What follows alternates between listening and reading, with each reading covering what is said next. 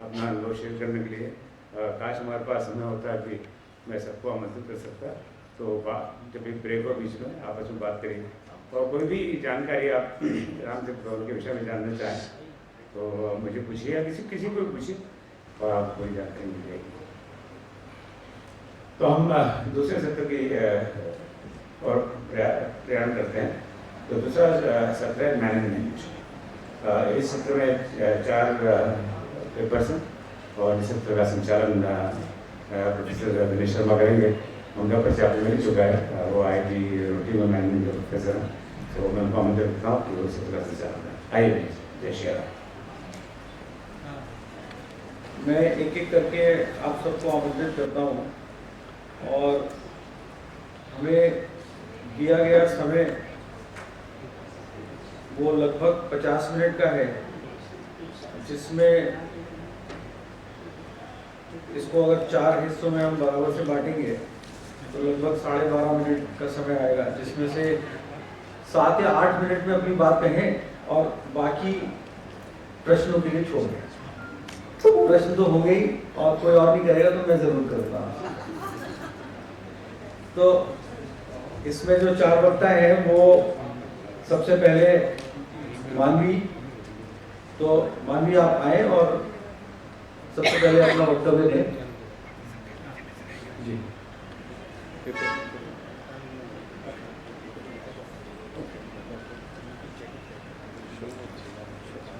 और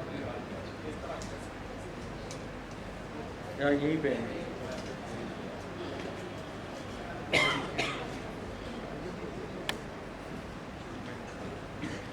आज इस growing and healing with Ram, power of sounds and vibrations पे बात करेंगे। ब्रह्म राम ते नाम बड़ु परदायक बरदानी, रामचरित सतकोटि महा लिए महेश जिए जाने। तुलसीदास जी कहते हैं राम जी का नाम सबसे बड़ा है। इनफैक्ट वो ब्रह्मा और राम खुद उनसे भी बड़े हैं, क्योंकि ये उनको वर देते हैं जो दूसरों को वर देते हैं। 100 करोड़ वर्सेस जो राम जी के नैरेटिव में बनते हैं, उसमें से शिव जी ने राम का नाम ही चुना, जिसको उन्होंने अपने दिल में जगह दी और गुरु माना। आगे की चौपाइयों में तुलसीदास जी कहते हैं कि राम का नाम जो है वो 3 सील मंत्रा से बना हुआ है, रा, आ और म। रा मतलब फायर गॉड, जो हम लोगों को प्योरिफिकेशन को रिप्रेजेंट करते हैं। आ मीन्स सन गॉड, जो कि लाइफ गिविंग है, सोर्स ऑफ एनर्जी है। और म मतलब हिमकर, जिसे हम चंद्रदेव कहते हैं, जिनका अर्थ है कि वो हमें होप और सोलेस प्रोवाइड करें। राम का नाम माइटी है, बड़ा है, क्योंकि वो तीनों ब्रह्मा विष्णु महेश को रिप्रेजेंट करते हैं।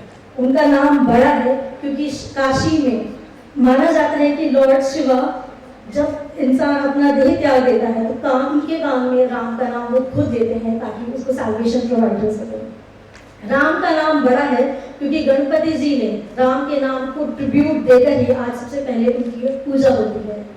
राम का नाम इसलिए बड़ा है क्योंकि एक डाकू प्रताप, उन्होंने राम का नाम उल्टा लेके मरा मरा मरा कह के इतने बड़े आदि कवि बन गए। और राम का नाम इसलिए भी बड़ा है क्योंकि शिव जी ने खुद कहा है कि राम का नाम is equivalent to thousands of gods name. हम राम को जीवाक्षर भी कहते हैं क्योंकि ये नारायण अष्टाक्षरी, जिसे ओम नमो नारायण कहते हैं, और शिव पंचाक्षरी, जिसे ओम नमः शिवाय कहते हैं, उससे जुड़ा हुआ है। अगर हम नारायण में से रा हटा दें तो सिर्फ नयन बनता है, जिसका मतलब है नॉन एग्जिस्टेंट, यानी कि कुछ भी नहीं। और अगर हम ओम नमः शिवाय में से माँ हटा दें तो ये सिर्फ बनता है ना शिवाय, जिसका कोई अर्थ नहीं है। इस चीज ये तो मुझे पता था कि राम का नाम बहुत बड़ा है, पर मुझे ये जानने की बहुत उत्सुकता थी कि क्यों, और ये मैंने साउंड्स एंड वाइब्रेशंस के पर्सपेक्टिव से जानने की कोशिश करी। तो निकोला टेस्ला एक बहुत बड़े इन्वेंटर है। उन्होंने ये कहा है कि if you want to find the secrets of universe, think in terms of energy, frequency and vibration.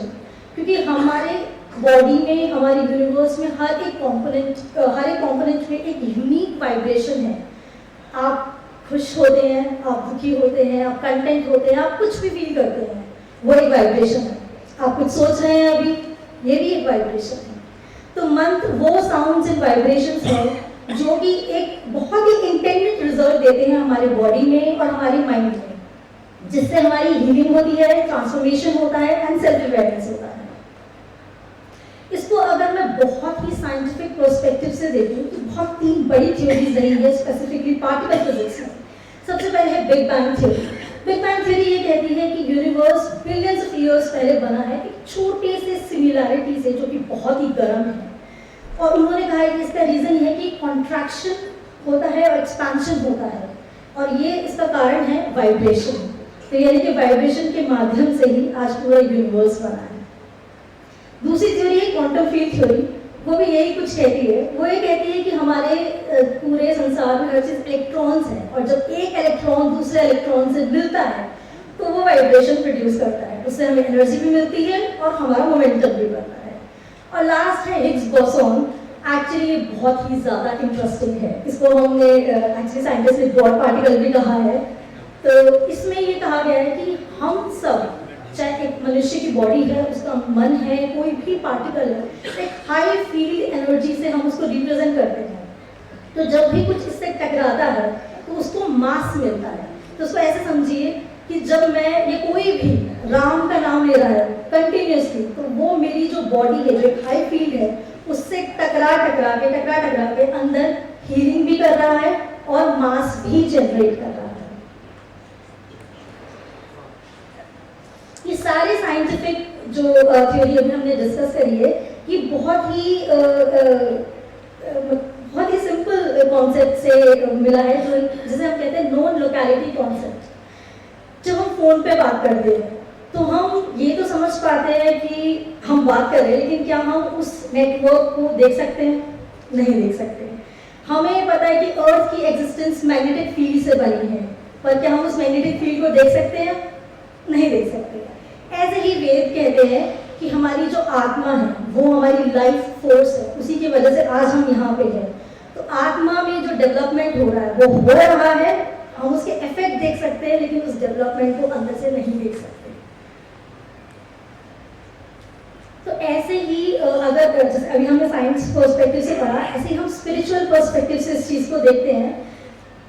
वेद कहते हैं, स्पेशली कुंडलिनी अगर हम योग पढ़ें, उसमें ये कहा जाता है कि हमारी बॉडी में 7 चक्रा है, जिसे हम आर्केटिपिकल एनर्जीज कहते हैं। इसको हम देख नहीं सकते, लेकिन कुछ मंत्रों की चैंटिंग से हम इसको एक्टिवेट कर सकते हैं। मैं बहुत ज़्यादा इसको डिटेल में नहीं जाऊँगी। तो इसमें हम सिर्फ सोलर प्लेक्सस चक्र के बारे में बात करेंगे। ये yellow colour of fire element represent करता है। अगर हम ढूंढना चाहें इसको, तो ये हमारी नेवल एरिया से 3 उंगली ऊपर हमें मिलेगा। तो ये एक्टिवेट होता है राम के नाम से। वाइब्रेशन फ्रीक्वेंसी आपके सामने है, और ये इससे क्या क्वालिटीज मिलती है? हमारे अंदर कॉन्फिडेंस आता है, असर्टिवनेस आता है, हमारी विल पावर स्ट्रांग होती है, और हम लोग स्टैंड ले सकते हैं अपनी किसी भी बात के लिए। ये जानना है अगर आपका सोलर प्लेक्सस चक्र वर्क कर रहा है नहीं कर रहा, तो आपको ये देखना पड़ेगा कि उसमें ब्लॉकेजेस है। ब्लॉकेजेस कैसे पता चलेंगी? जैसे आपके अंदर ईटिंग डिसऑर्डर्स है, वेट गेन हो रहा है, डाइजेस्टिव इश्यूज आ रहे हैं, थकान हो रही है, डायबिटीज है, और इमोशनली आप बहुत सेल्फ एस्टीम आपकी लो है, आप बहुत जल्दी चीज़ों से बहुत अट्रैक्ट हो जाते हैं, कॉन्फिडेंस लो है। तो ये सब चीज़ों से हमें पता चलता है कि हमारे ये जो सोलर प्लेक्सस चक्र है ये डिसहार्मनी में गया, और उसको हार्मनी में बनाने के लिए जब हम राम नाम चैंट करते हैं, तो ये हमारी स्टमक एंजाइटी और गैस्ट्रोइंटेस्टिनल इश्यूज को ठीक करता ही है, साइड बाय साइड हमारे अंदर कॉन्फिडेंस भी लेकर आता है। साइंटिफिक काफ़ी स्टडीज हुई है, उसमें ये कहा गया है कि जब एक वुमेन एक्सपेक्ट करती हैं तो कुछ महीने, जो शुरू के 4 महीने होते हैं, वो बहुत ज़्यादा क्रिटिकल होते हैं। तभी कहते हैं अच्छा सुनो, अच्छा खाओ, अच्छा करो, क्योंकि हर चीज़ में वाइब्रेशन है। तो आप सोचिए अगर आप राम का नाम उस टाइम पे लेंगे तो कितना असर पड़ेगा मदर पे भी and for the child as well. Studies ये भी कहती है कि जो सॉल्फेजियो फ्रीक्वेंसीज होती हैं वो फिजिकल, जनरेशनल और इमोशनल डैमेज जो डीएनए में होता है हमारे, उसको भी ट्रीट कर सकती है। इनफैक्ट योगी भजन जो है, जिन्होंने वेस्ट में कुंडलिनी योग एक्चुअली प्रचारित किया है, वो कहते हैं हमारे मुंह में 84 मेरिडियंस होते हैं। तो जब हम राम का नाम ले रहे हैं, हम किसी भी मंत्र का चैंट कर रहे हैं, तो वो चैंट से मेरिडियंस एक्टिवेट होते हैं और उसका असर हमारे शरीर पर और हमारे मन पे होता है।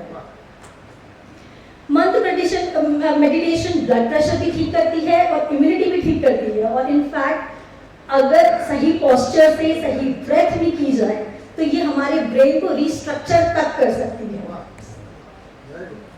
महामंत्र कहा गया है वेदों में, हरे राम राम राम हरे हरे, हरे कृष्णा कृष्णा कृष्णा हरे हरे। तो इसमें स्टडीज ये कहती है कि साइंटिफिक एविडेंस है कि ये स्ट्रेस को, एंजाइटी को, एडिक्शंस को ठीक करता है। और अगर हम गुणों और बिहेवियरल थ्योरी की बात करें तो हमारे अंदर सत्व के साथ इसको बढ़ाता है और रजस और तमस को कम करता है। महामंत्र के पॉजिटिव इफेक्ट हमारे ऑटोनॉमिक, कॉग्निटिव और एंडोक्राइन फंक्शंस पे होते हैं, जैसे कि हमारी हार्ट रेट, हमारा मेटाबॉलिज्म, हमारी सोच, हमारी कार्य करने की क्षमता।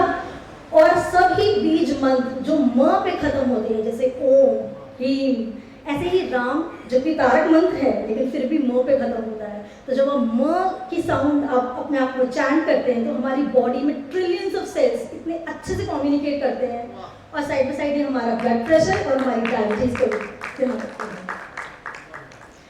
मैं जब भी रामायण देखती थी तो बहुत उत्सुक रहती थी कि ये क्या होता है कि आपने कोई मंत्र पढ़ा और कोई हथियार आ जाता है। तो हथियार का तो मुझे नहीं पता, लेकिन साइंस ये जरूर बोलती है कि हर एक साउंड और वाइब्रेशन का एक फॉर्म होता है, जिसे ज्योमेट्री कहते हैं। इसको साइमेटिक्स नाम दिया गया है। तो मैं आपके सामने एक छोटी सी कुछ सेकंड्स की वीडियो करूंगी।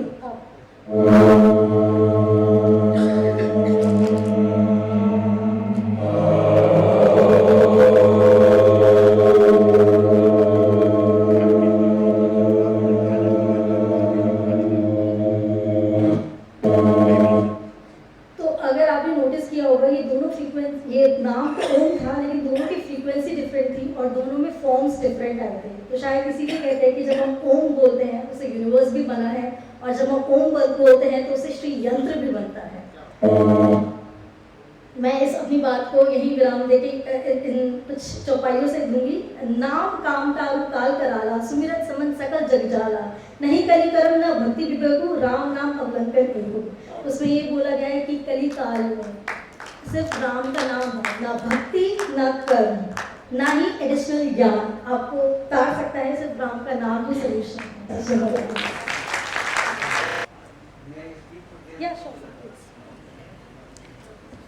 एक माइक था ना, तो माइक है ना, रखा है ना।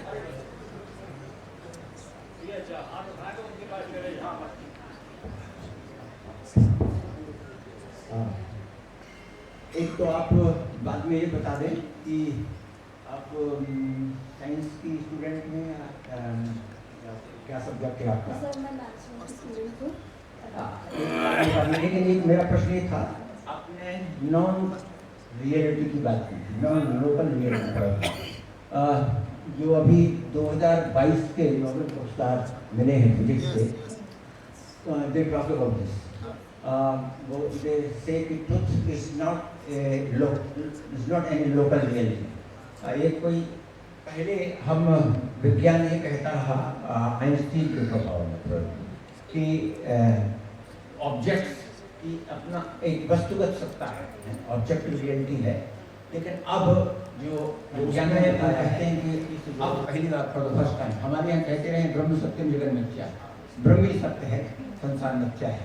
राम को आपने ब्रह्म रूप में जो पहले कहा ना, और तुलसीदास जी ने राम को ब्रह्म की प्रतिष्ठा दी है। वे सगुण और सीमित अवतार वाल्मीकि की तरह नहीं है, वो आपको कहने में था। इसलिए यह प्रश्न बड़ा रिलेवेंट हो जाता है, विचारणीय हो जाता है, और हम सब लोगों को सुनकर अच्छा लगेगा, यू बीइंग ए साइंटिस्ट, कि जो अभी रिसर्च हुई है, नोबेल पुरस्कार जिस पर मिला हुआ है, तो वह आपके प्रेजेंटेशन और ये विषय की स्थापना की कितने निकट कहाँ तक जाता है? जो बताया है ये एक्चुअली ये नहीं है। पहले माना जाता था कि क्लासिकल जिसे हम थ्योरी कहते हैं वो ये बोला जाता है कि एटम्स है, न्यूरॉन्स है, प्रोटॉन्स है, ये सब चीज़ें हम लोग पढ़ते थे। लेकिन अब उन्होंने बोला था कि इससे भी कुछ सूक्ष्म है, बहुत ही छोटे, जिसको हम लोग सिंपल पार्टिकल्स, मतलब बहुत ही छोटा एक चीज़ है जैसे हम स्ट्रिंग थ्योरी में पढ़ते हैं। आइंस्टाइन ने इस बात को रिलेटिविटी के कॉन्सेप्ट से डाला, लेकिन अब जो जैसे आपने बोला नोबेल पुरस्कार मिला है, वो इन दोनों ही थ्योरीज को जोड़ता है और ये बोलता है कि जरूरी नहीं जो सच है वो दिखता है, और जो सच है उसका असर आपको अभी यहीं पे मिल जाएगा। तो मुझे ऐसा लगता है कि अगर हम इसको अगर हम स्पिरिचुअल पर्सपेक्टिव से, राम नाम के पर्सपेक्टिव से देखें, तो मुझे ऐसा लगता है कि ये सोचने की बजाय कि मैंने अभी राम का नाम लिया और अचानक से मेरे अंदर कुछ हो जाएगा, इसको इस पर्सपेक्टिव से ना देखिए, ये देखें कि हम अगर हम कंटिन्यूसली राम नाम ले रहे हैं, चाहे हमें दिख नहीं रहा है, लेकिन उससे जो हमें फर्क पड़ रहा है वो इस कॉन्सेप्ट से बिल्कुल जुड़ रहा है। तो तुमने बोली दिया, थैंक यू। स्वागत करता हूँ आपके वक्तव्य के लिए। कॉन्फ्रेंस में भोपाल से आपकी स्मिता लादावाला का जय सिया राम। जय सिया राम। आज का शीर्षक है मैनेजमेंट लेसन्स फ्रॉम किष्किंधा कांड। किष्किंधा कांड तथा मैनेजमेंट, इन दो शब्दों से आज की चर्चा का प्रारंभ करते हैं। किष्किंधा कांड तो रामचरितमानस का हृदय है।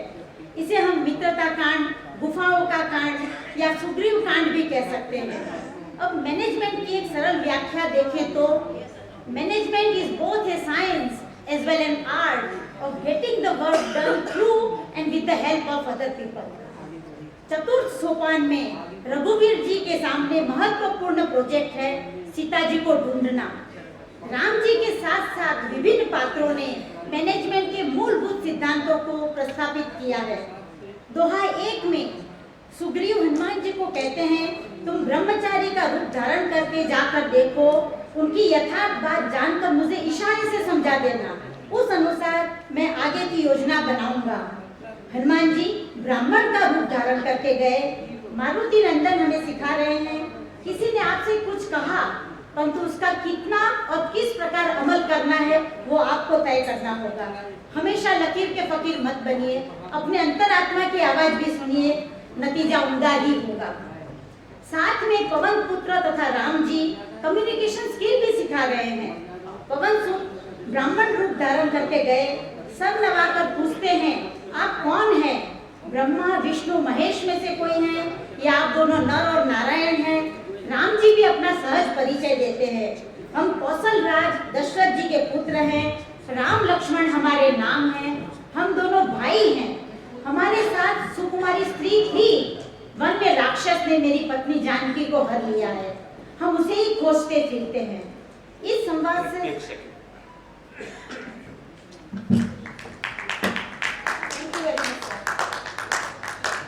क्या लिखते हैं, इस संवाद से हम समझ सकते हैं आप जैसा प्रश्न पूछेंगे वैसा जवाब मिलेगा।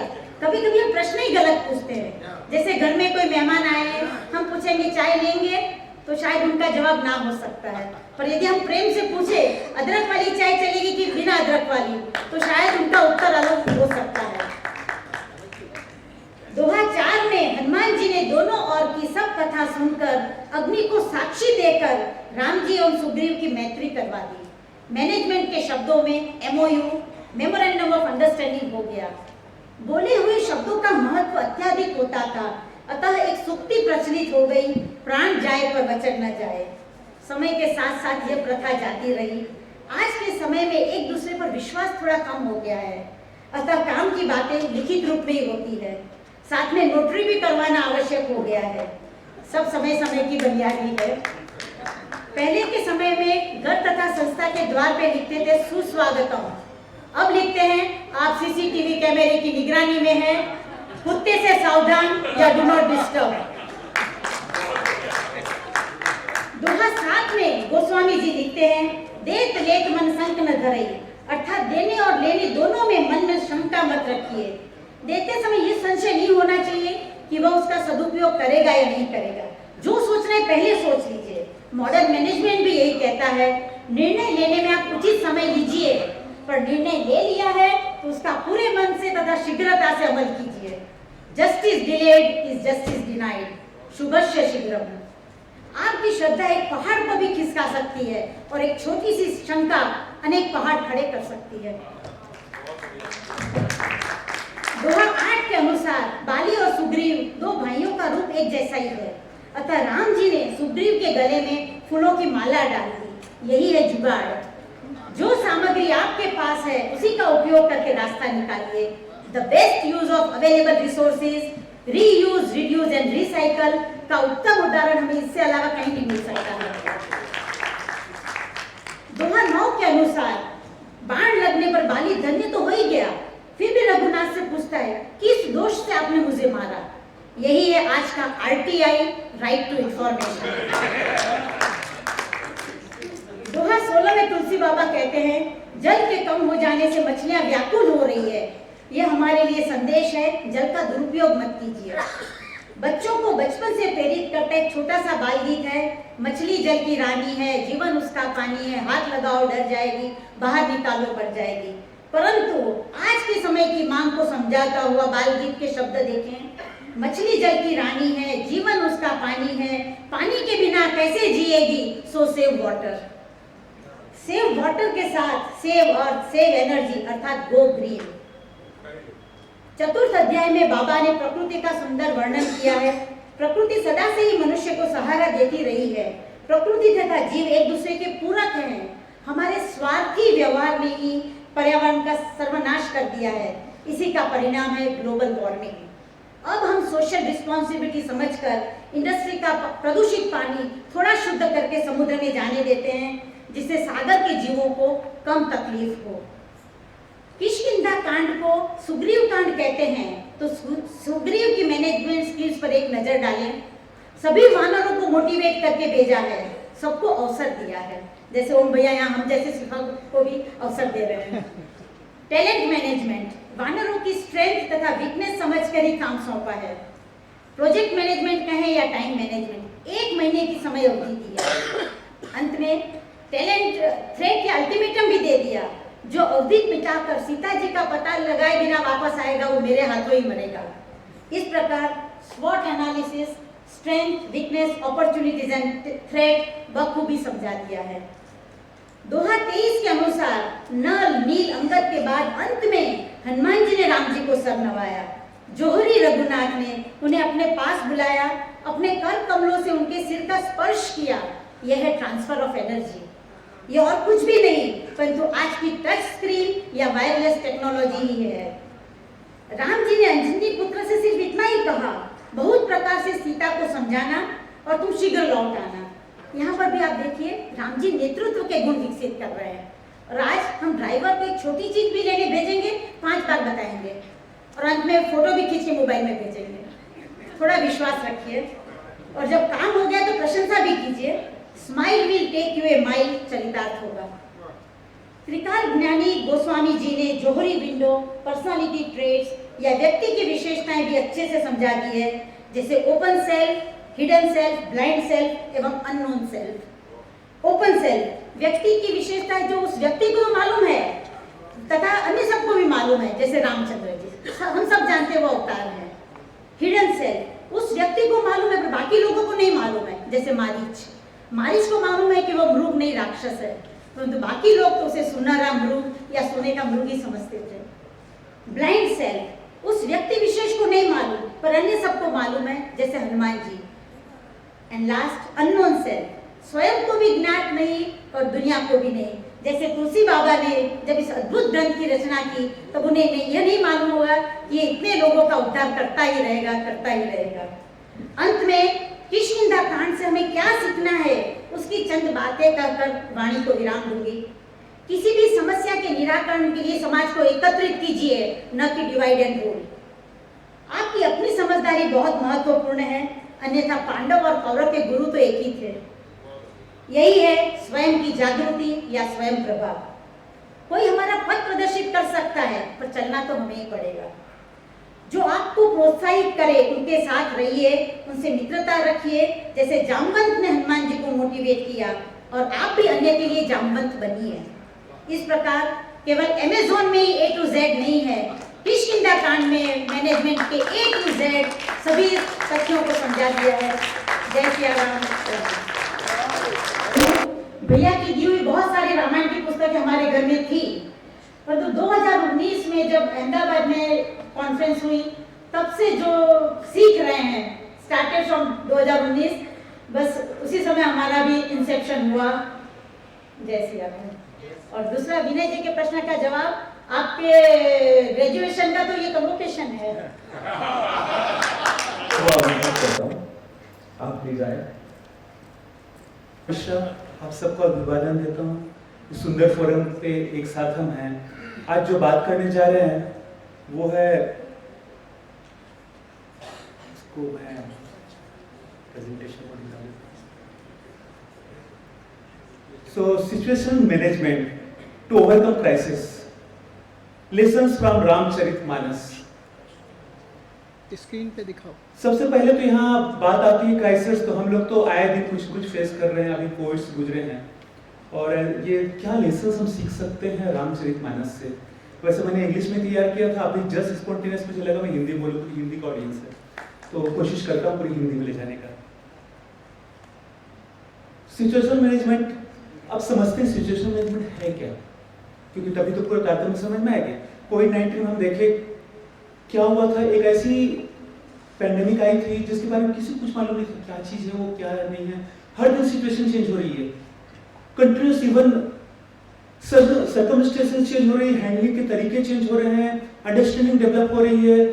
ये सब चीजें ने हमें सिखाया कि वही दूसरी तरफ क्या एक और अच्छी चीज हुई, पैंडेमिक ने हमें एक पॉजिटिव चीज भी दी, वो है आईटी जो हमारे इंफ्रास्ट्रक्चर काफी अच्छा डेवलप होने लगा, क्योंकि फोर्स था वो हमारे ऊपर, हमें ई कॉमर्स पे जाना पड़ा, सब कुछ डिजिटल होने लगे, और ये बहुत अच्छी जो चीजें आनी थी बाद में वो बहुत फास्टर डेवलपमेंट होती चली गई। इसका डेवलपमेंट भी काफी अच्छी हुई हमारी, जो रिसर्च एंड डेवलपमेंट जो बात करते हैं हम, और इसमें कई कंपनीज ऐसी थी जो उस एरिया को असेस कर पाई, और असेसमेंट से हुआ ये कि वो चीजों को समझ पाई और ग्रो करती चली गई, और आज मार्केट लीडर हो गए। वही कुछ बड़ी बड़ी कंपनियां थी जो मार्केट को असेस नहीं कर पाई, सिचुएशन क्या हुआ हो रहा है इसको असेस नहीं कर पाई, और पूरी डूम कर गई, आज वो सर्वाइवल के लिए स्ट्रगल कर रही हैं। तो ये इंपॉर्टेंस दिखाती है कि सिचुएशन मैनेजमेंट कितनी इंपॉर्टेंट है हमारे कॉर्पोरेट सेक्टर या बिजनेस सेक्टर्स के लिए, इवन हमारी जिंदगी के लिए। अब यहाँ पे सबसे बड़ी बात आती है, भाई ये सिचुएशन मैनेजमेंट की बात तो आप कर रहे हैं, सिखाएगा कौन? क्या हमारी करिकुलम जो है बिजनेस स्टडीज की क्या तैयार है उसके लिए? तो वहां पे या हमारे क्या एक्सपर्ट्स को क्लेम कर सकते हैं? अभी जो फास्टर चेंजेस हो रही हैं और जो आने वाले दिनों में जो चेंजेस हो रही है, इतनी प्रोमिनेंट चेंजेस होने वाली है आईटी सेक्टर के रिवोल्यूशन के लिए, तैयार रहिए आप सब। क्या उस सिचुएशन मैनेजमेंट को हैंडल करने के लिए इवन एक्सपर्ट्स तैयार हैं? ये रियली डाउटफुल है, क्योंकि मैं साइंटिफिक कमिटी होने के कारण मैं इनसाइडर हूं, मैं बता रहा हूं, रियली डाउटफुल है। एक्सपर्ट्स के सामने भी बहुत बड़ी चैलेंज है। पर वही दूसरी ओर मैं देखता हूं ये रामचरितमानस में हर स्तर पे सिचुएशन मैनेजमेंट के बहुत सारे लेसन छुपे हुए हैं। जब मैं इसको स्टडी करता हूं तो मैं पाता हूं कि काफी सारे लेसन आज लेने के लायक है रामचरितमानस से, आज के एक्सपर्ट्स के लिए और आज के हमारे करिकुलम के लिए। बिजनेस स्टडीज जो हायर लेवल की बात कर रहा हूं उनके लिए बोल रहा हूं मैं, नीचे पे तो है ही वो तैयार। तो मैं दो टिपिकल केस स्टडीज दिखाया हूं जिसमें कैसे ये चीजें हमें फायदे देगी। देखिए दो चीजें हम बात करते हैं, इसको पहले थोड़ा कॉन्सेप्ट को समझ लेते हैं। टास्क ओरिएंटेशन और रिलेशनशिप ओरिएंटेशन की बहुत बड़ी कंट्रोवर्सी है कि भाई कॉर्पोरेट सेक्टर कई लोग कहते हैं नहीं भाई मुझे टास्क बस मतलब है, बाकी तुम लोग जो करना करो, छोड़ के जाना जाओ, मुझे टास्क कंप्लीट करना चाहिए। लेकिन वही जब थोड़ी सी चैलेंजेस आ जाती है, क्राइसिस आ जाती है, वही लोग खड़े होकर बोलते हैं भैया टीम वर्क की जरूरत है यार, टीम वर्क की जरूरत है। यहाँ पे यस, तो ये जो मिक्स करने की जो बात है, ये जब चैलेंज आती है पता चलता है। अभी तो चैलेंज आने वाली है, शुरुआत नहीं हुई ठीक से, मैं बता देता हूँ अभी। तो ये जो चैलेंजेस हैं, इवन पूरे टेक्नोलॉजिकल रिवोल्यूशन में हम जाने वाले हैं, डे टू डे पेनिट्रेशन होने वाली है टेक्नोलॉजी की, उस चैलेंज के लिए तो ये एप्रोप्रिएट मिक्स की जरूरत है सिचुएशन मैनेजमेंट के लिए। और वो हमें कैसे, एक ग्रॉस स्केल पे आप देखेंगे मैंने इसको 4 भागों में बांटा है, 4 ऑप्शंस हमारे पास जो दिखते हैं। एक है टू डायरेक्ट एंड गाइड, जो हम आमतौर पे देखेंगे हमारे सीनियर्स करते हैं, भैया हमें पूरे डायरेक्ट करते थे, मॉनिटर करते रहते हैं, जिस बच्चों को हम गाइड करते हैं उस टाइप का, तो एक तरीका ही होता है। दूसरा होता है एक्सप्लेन एंड कोच, जो हमारे कई बार टीचर्स लोग बोलते हैं भैया एक्सप्लेन कर दिया अब तुम आगे काम करो, तो वो टोटल उस पर फोकस रहती है। तीसरी मैं उसको काफी नीचे लेवल से बोल रहा हूँ, बट मैनेजमेंट लेवल पे इसकी थोड़ी सी पेरिफेरी चेंज हो जाएगी। तीसरा जो ऑप्शन होता है टू फैसिलिटेट एंड कोलैबोरेट, जो हम कोलैबोरेशन की बात करते हैं या फैसिलिटेशन की काम करना है तो कैसे उसको फैसिलिटेट करें। चौथी जो होती है जो डेलीगेशन की बात होती है, पूरी डिटेल है मेरे पेपर में, जब आपको मिलेगा तो पढ़ लीजिएगा, टाइम की किल्लत है बहुत ज्यादा एक्सप्लेन नहीं करूंगा। तो मेडिकल इमरजेंसी की बात एक हम देखते हैं रामायण में। अब देखिए 2 केस स्टडी ले रहे हैं। मेडिकल इमरजेंसी कब आई? जब मेघनाथ ने लक्ष्मण को तीर से मारा था, लक्ष्मण जी घायल हो गए थे। उस दौरान देखिए क्या हुआ, हनुमान जी क्या किए, सुसेना जो जिसकी लॉयल्टी किसके तरफ थी, लंका के प्रति। उनके पास गए। अब यहाँ पर देखिएगा ऑप्शन 1 और 2 हम बात किए। ऑप्शन 1 जो कहती है, ऑप्शन 1 कहती है to ensure completion of task. उससे हनुमान जी का क्लियर था मुझे किसी भी तरह से लक्ष्मण को जल्दी से जल्दी ट्रीटमेंट देनी है। दूसरा इसमें ऑप्शन 2 बस लिखा, बट ऑप्शन 1 भी आता है, 2 भी आता है। 2 में एक्सप्लेन किया उन्होंने जाके सिचुएशन क्या हुई। देखिए यहाँ पे इंटरमिक्सिंग है। सुसेना उस समय क्या करते, हनुमान जी बोलते भाई ये पर्वत में जाके ये चीजें लाना है, वो डायरेक्ट किए। सो ये ऑप्शन 1 पे चली जाती है। मैं उस ऑप्शन से कंपैरिजन कर रहा हूँ जो लिस्टिंग है। फिर सुसेना ने क्या किया, उनको एक्सप्लेन किया। वाल्मीकि रामायण बहुत अच्छा दिया है कि किस किस जड़ी बूटी को चाहिए उनको। ये डिटेल वैसे दिए हैं, पेपर में पढ़िएगा, चूंकि टाइम की लिमिट है मैं बहुत डिटेल नहीं दे रहा हूँ यहाँ पे। तो ये 4 टाइप की वो बात किए, तो इन्होंने क्या किया, एक्सप्लेन किया उनको। तो ऑप्शन नंबर 2 पे हम जा रहे हैं। फिर उन्होंने क्या किया, हनुमान जी इमीडिएट एक्शन लिए, गए और वहां पे वो पूरे कैपेबल थे, बट उनको वहां कंफ्यूजन हो गई, भाई ये जड़ी बूटी है वही है कि नहीं, क्योंकि वो तो एक्सपर्ट थे नहीं उस पहचान पाने में। उन्होंने क्या किया, वो ऑप्शन 3 लाए, लेट मी फैसिलिटेट, सब चीज पूरा उठा ही लाए। तो वो पूरा उठा के ले आए तो ऑप्शन 3 में आ गए। उन्होंने फिर क्या किया, उन्होंने पूरा डेलीगेट कर दिया, भाई आप पिकअप कर लो और ट्रीटमेंट करो, मैं पूरा उठा ही लाया पहाड़ को। तो ये देखिए ऑप्शन 4 पे चले गया। तो कैसे ये मिक्सिंग से कैसे हम डिसीजन लेते हैं मैनेजमेंट की, ये बहुत अच्छी। अब यहाँ पे देखिए कोविड के कुछ केसेस मैं बता देता हूँ। कुछ लोगों ने क्या किया, कुछ देशों की बात कर रहे हैं हम लोग, कुछ देशों ने क्या किया, वहां पे अपने सीधा फायर करना शुरू कर दिया। मेडिकल कम्युनिटी इतनी लॉसेस हो रही, लोगों को खुश करने के लिए कि भाई पॉलिटिकल गेम पाने के लिए, देखो भाई हम फायर कर दिए। बट क्या कर रहे हैं, डिमोरलाइज कर रहे हैं उन पूरे लोगों को जो हमारे ट्रीटमेंट कर रहे। कितनी बड़ी बड़ी देश ट्रीटमेंट नहीं कर पा रही जो कैपेबल थी, और आप अपने मेडिकल कम्युनिटी को फायर कर रहे हैं वहां पे। तो ये एक्चुअली राम भगवान को देखिए, उनके इस समय जो लक्ष्मण घायल थे, उन्होंने पूरा का पूरा विश्वास किया कि उनकी टीम विल हैंडल, उन्होंने कुछ वहां पे बोला नहीं। दूसरा चीज यहाँ पे ध्यान से देखेंगे, कई लोगों ने लेक ऑफ फेथ है, अपने टेक्निकल कमिटी पे काफी लेक ऑफ फेथ दिखाया उन्होंने, और उसके कारण वो क्या काफी इनअप्रोप्रिएट डिसीजन मेकर्स जो हैं। यहाँ पे देखिएगा ध्यान से, हनुमान किसको अप्रोच किए, सुसेना को, और वहां पे उनको पूरा विश्वास किए वो, तब सुसेना उनको हेल्प कर पाए। तो यहाँ पे देखिए कितना सुंदर ये चीज कहीं कहीं लेसन हमें देती है कैसे हैंडल करना। तीसरा सिचुएशन आप देखेंगे, डिलेड डिसीजन मेकिंग। कई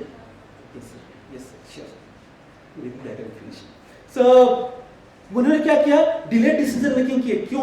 क्योंकि वो चीजें ऐसे हो रही थी कि पेंडेमिक के समय में, अब उसके कारण इतने हेवी लॉसेस हुए, इतनी हानियां हुई जनहित की। तो उसमें देखिए आप यहाँ पे देखेंगे हनुमान जी को एक्सीलेंट टाइम मैनेजमेंट। उनको थोड़ी कंफ्यूजन हुई, बोले चलो पूरी शक्ति लगा तो पहाड़ उठा लो और ले चलो पूरा टोटल पहाड़ी उठा लाया था, कोई कंफ्यूजन ना रहे। टाइम मैनेजमेंट की बेस्ट लेसन यहाँ पे मिलती है हमें, सिचुएशन मैनेजमेंट कैसे करनी चाहिए। वही कोऑपरेशन बिटवीन एडमिनिस्ट्रेशन टेक्नोक्रेट की भी काफी जगह कंफ्यूजन थी, ये भी काफी लॉसेस हुई। बट यहाँ पे हनुमान जी को आदर्श देखिए, हनुमान जी हमेशा जो भी काम दिए उनको, छोटा रहा बड़ा रहा, कभी उन्होंने क्वेश्चन नहीं किया, हमेशा भगवान राम को मानते चले गए, उनके आदेश को मानते चले गए। ये दिखाता है कैसे हमें सबऑर्डिनेट होकर अपने बॉसेस को माननी चाहिए। सेकेंड सिचुएशन जो लेटेस्ट चीज मैं बात कर रहा हूँ, चैट जीपीटी। अभी लॉन्च हुआ 13 नवंबर 2022, 2 महीने हुए हैं। एकदम रेवोल्यूशन हो गई सिलिकॉन वैली का, हर कोई बात कर रहा है, इतने जॉब चले जाएंगे, इतने $1 ट्रिलियन इकोनॉमी को हैम्पर करेगी और ये सब होगा। ये सब बात के दौरान वहीं पे दूसरे साइड हमारे वर्ल्ड लीडर क्या कर रहे थे, माइक्रोसॉफ्ट, गूगल, ये चीजों को दबा के बैठे हुए थे टेक्नोलॉजी को, बोल रहे थे जनता तैयार नहीं इसके लिए, हम लोग अपने ढंग से लॉन्च करेंगे। उधर चैट जीपीटी जैसे लॉन्च हुआ, दोनों अलर्ट हो गए। अब इस दोनों जब सामने आने की कोशिश की, माइक्रोसॉफ्ट बाजी मार गया है। अब फिलहाल के लिए उधर दूसरी स्टोरी और भी होने वाली आगे, मैं आज की डेट की बात कर रहा हूँ। तो वहां पे आप देखिएगा माइक्रोसॉफ्ट को यदि आगे बढ़ना है आज की डेट पे, एक केस स्टडी ग्रुप में ले रहे हैं, तो रामायण से कैसे लेसन ले सकता है कॉर्पोरेट सेक्टर, उस पर देखते हैं। अभी देखिए कि जब उन्होंने तरह से चढ़ा सामने आया, बस एक मिनट लास्ट क्लोजिंग करना, तो यहाँ पे क्या होती है कि वो जब यहाँ पे हनुमान जी का दूसरा देखिए, हनुमान जी जब जा रहे थे लंका, वहां पे क्या हुआ, उनको सबसे पहले किसने रोका, सुरसा ने रोका। और हनुमान जी क्या किए, सुरसा की बात को रखते हुए वो एंटर किया और बाहर आ गया। यहाँ पे क्या किया, ChatGPT आई, माइक्रोसॉफ्ट एंटर किया, अपने बिंग में ले आया, बिंग उसका जो एक्सप्लोरर है कोलैबोरेशन का। यहाँ पे दूसरा देखते हैं, अभी उसको टेस्ट जब किया गया बीटा वर्जन, तो उसमें क्या हुआ, एक्सपर्ट्स कहते हैं कि भाई उसका सर्च इंजन उतना पावरफुल नहीं जितना गूगल का है।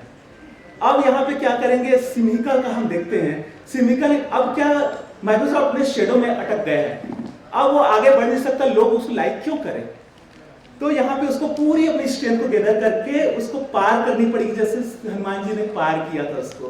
तो यहाँ ऑप्शन 1 को यूज करना होगा उनको। तीसरा सर लास्ट है, तो यहाँ पे बिंग जीपीटी, मुझे लगा खड़े हो गए तुम लास्ट यूज करो। तो यहाँ पे जब तीसरा जब आता है, लंकिनी ने उसको रोक लिया। यहाँ पे क्या हो रहा है, अब लंकिनी जब रोकी तो हनुमान जी को पूरे अनएज्यूमिंग बिहेवियर उन्होंने पेश किया, और उसके तहत वो स्टोरी हम बात नहीं कर रहे हैं। यहाँ पे बिंग जीपीटी ने क्या किया है, अभी फिलहाल 5 दिन पहले का न्यूज है कि उन्होंने ओपन कर दिया डेवलपर्स के लिए, मेरे प्लेटफॉर्म को यूज करो और आप अपना डेवलपमेंट करिए। इससे क्या हो रहा है, अनएज्यूमिंग बिहेवियर है माइक्रोसॉफ्ट का, इतना ओपन कभी किसी ने नहीं किया था। तो ये हम उनको ऑप्शन 3 यूज किया, देखिए सिचुएशन मैनेजमेंट की विनिंग कैसे कर रहे हैं स्ट्रेटेजी। उधर गूगल भी पड़ा हुआ है, अभी तक ओपन नहीं किया उन्होंने, क्या कर रहे हैं वो लोग। या सो कंक्लूजन, ये 2 केस स्टडीज से हम ये पाते हैं कि कैसे सिचुएशन मैनेजमेंट को हम यूज करके मैनेजमेंट की चीजों पे भी विनिंग वे पे हम आगे बढ़ सकते हैं, और रामचरितमानस से ये सब लेसन सीख सकते हैं। So thank you everybody. अगर हमारे पास ओवरऑल कुछ मिनट्स बचे, then I will invite specific questions for this इनके प्रेजेंटेशन। अकबरेश प्लीज कम।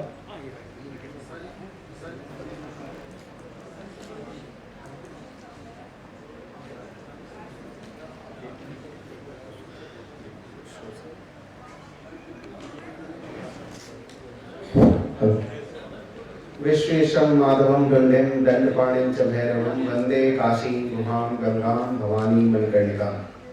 यहाँ पर बैठे सभी विद्वज्जन और सुधीजनों को मेरा प्रणाम।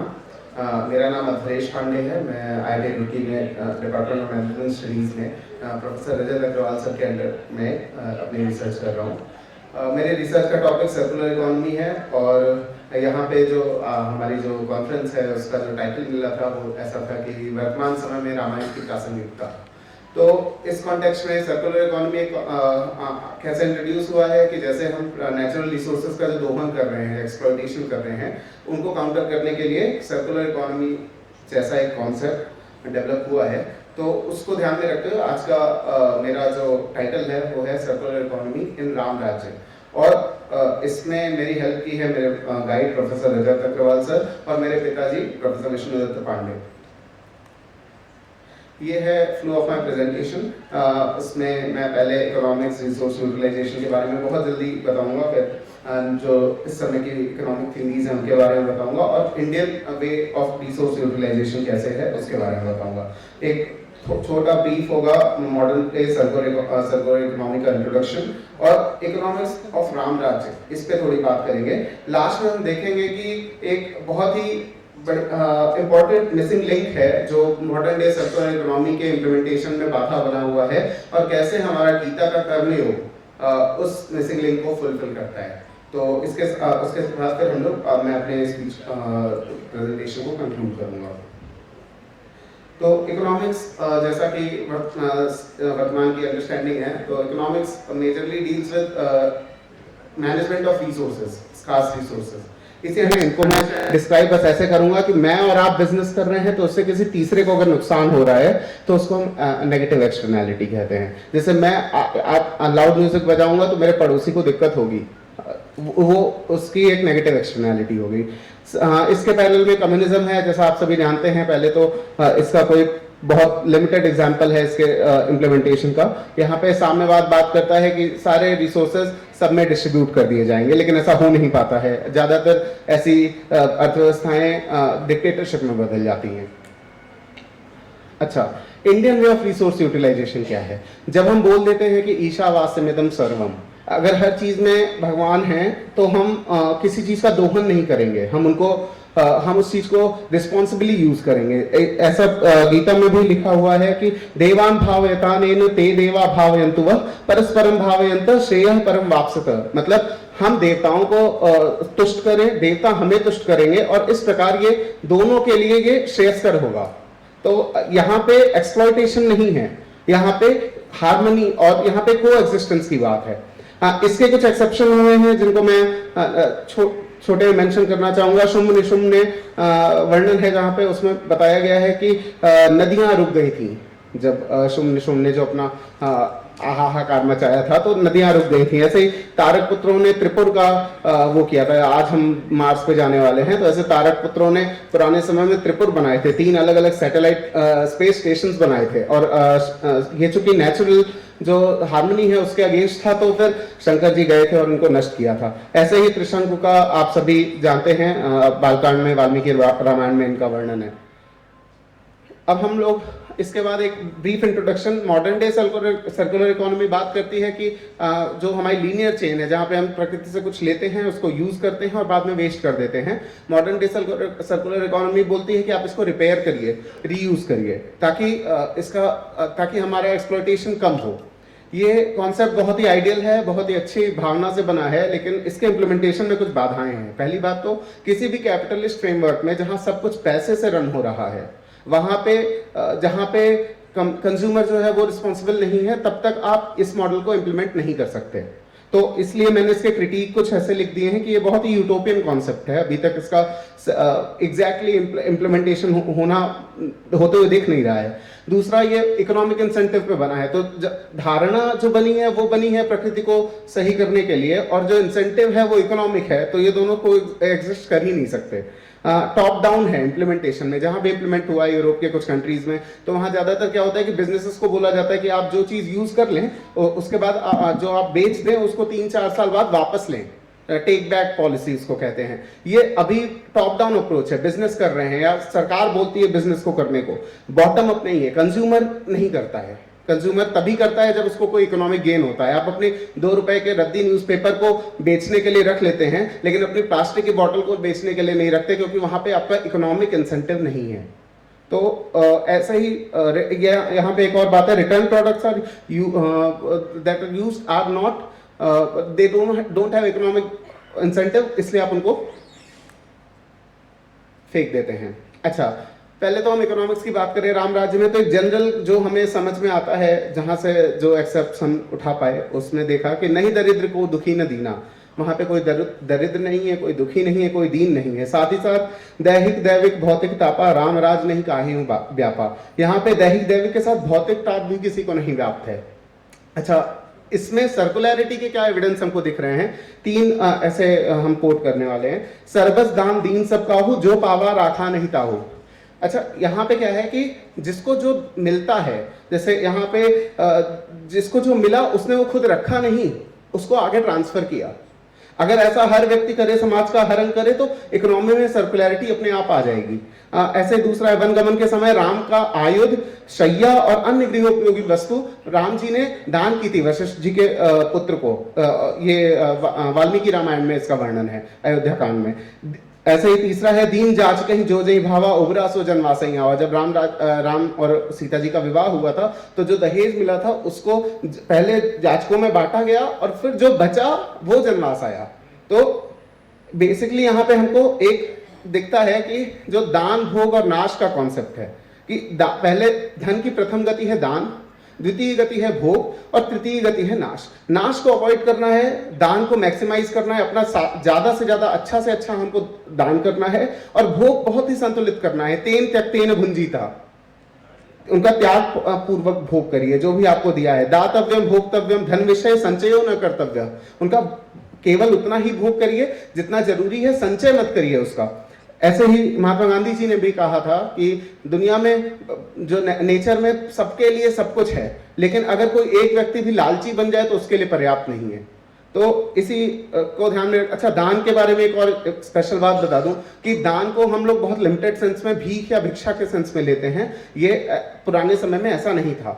मैं अगर एक आचार्य हूं तो मैं विद्या दान करता हूं, एक समाज में जहां अगर कोई वैश्य है तो वो अपना जो फिजिकल रिसोर्स है, मटेरियल रिसोर्सेज दान करता है, और जो क्षत्रिय है वो सिक्योरिटी, बल, ऐसे। तो बेसिकली ये जो पूरा system, okay I will take care of it. तो अब हम आते हैं कर्मयोग पे। कर्म एक चीज जरा ध्यान देने वाली है, आज की डेट में दुनिया में जितनी क्रांतियां हो रही हैं वो इसलिए हो रही हैं कि सारे अपने राइट्स के लिए लड़ रहे हैं, और जो इंस्टीट्यूशन जैसे फैमिली, सोसाइटी हम लोग को रिस्पॉन्सिबिलिटी सिखाते थे वो या तो भ्रष्ट हो चुके हैं या उनका अस्तित्व बचा ही नहीं है। तो ऐसे में क्या कर्मयोग जो है वो हमको बताता है कि कर्म पे ही आपका अधिकार है। पहले अपने रिस्पॉन्सिबिलिटीज को जानो, राइट्स तुम्हें अपने आप मिल जाएंगे। तो इसी को ध्यान में रखते हुए यज्ञ कर्म समुद्भव, आपके जो कर्म होते हैं वही यज्ञ होता है आपका। तो इस ऐसे ही यहाँ पे लिखा गया, जो गीता में है उसको मैं ऐसे बता देता हूँ बस। इसमें बोला गया कि जो भगवान आपको देते हैं उनका जो खुद ही भोग कर लेता है वो पापी है, केवल उसको आगे ट्रांसफर करिए। जब ये ट्रांसफर करेंगे तो सर्कुलरिटी अपने आप आ जाएगी तो अपनी इकोनॉमी में। इसके साथ मैं कंक्लूड करना चाहूंगा कि हमने 4 ऐसी लिमिटेशंस लिखी थी मॉडर्न डे सर्कुलर इकोनॉमी की। पहली बात तो ये यूटोपियन कॉन्सेप्ट है। इस पे मेरा डिफेंस ये है कि हमारी civilization is one of the oldest living civilization of the world. तो यूटोपियन तो नहीं है ये हमने इंप्लीमेंट करके देख लिया है। दूसरी थी कि it works on economic incentives. हम लोग इकोनॉमिक इंसेंटिव के लिए कर्मयोग में सर्कुलर इकोनॉमी, राम राज्य की सर्कुलर इकोनॉमी इकोनॉमिक बेनिफिट के लिए नहीं है। इसके पीछे एक बहुत बड़ा बेसिस है आध्यात्म का, भक्ति का, और ये टॉप डाउन नहीं है। इसमें हर कंज्यूमर अपने आप में रिस्पॉन्सिबल है और साथ ही दान अपने सबसे बेस्ट चीज का देते हैं। तो इकोनॉमिक इंसेंटिव भी है वहां पे। तो इसके साथ मैं अपनी बात को समाप्त करना चाहूंगा। जय Shri Ram. Thank you so much, it's an honour. तो वैसे तो मैंने सबको शॉर्ट में खत्म कर दिया है। मैं बस ये लास्ट का कंक्लूजन के बारे में ये बता दूं कि जो बेसिकली अगर हम लोग दुनिया की 10,000 साल पुरानी सिविलाइजेशन है या कितनी है उस पर तो डाउट है, मतलब हम बोलेंगे ज्यादा है, कोई बोलेगा कम है, लेकिन ये सारी समस्याएं जो आज हमें मिल रही हैं, दिख रही हैं किसी भी रूप में, वो सारी समस्याएं पहले आ चुकी हैं किसी न किसी दूसरे रूप में। और अगर हम अपने जो पुराने स्क्रिप्चर्स हैं, जो पुराने डिस्क्रिप्शंस हैं, उनको अगर पढ़ेंगे तो हमें समझ में आ जाएगा कि उस समय पे इन्हें कैसे सॉल्व किया गया था, इनके पीछे का रीजनिंग क्या थी, कैसे इस प्रॉब्लम को एड्रेस किया गया था, और क्या वो मॉडल आज की डेट में इम्प्लीमेंटेबल है। फॉर एग्जाम्पल सर्कुलर इकोनॉमी जब तक इकोनॉमिक इंसेंटिव के पीछे रहेगी तब तक इम्प्लीमेंटेबल नहीं रहेगी। जब तक उसके पीछे कोई बिगर कॉज जैसे कर्मयोग है, वो वैसा उतना बड़ा कुछ कॉज आएगा तभी ये सर्कुलर इकोनॉमी जाके इंप्लीमेंट हो पाएगी। Thank you so much.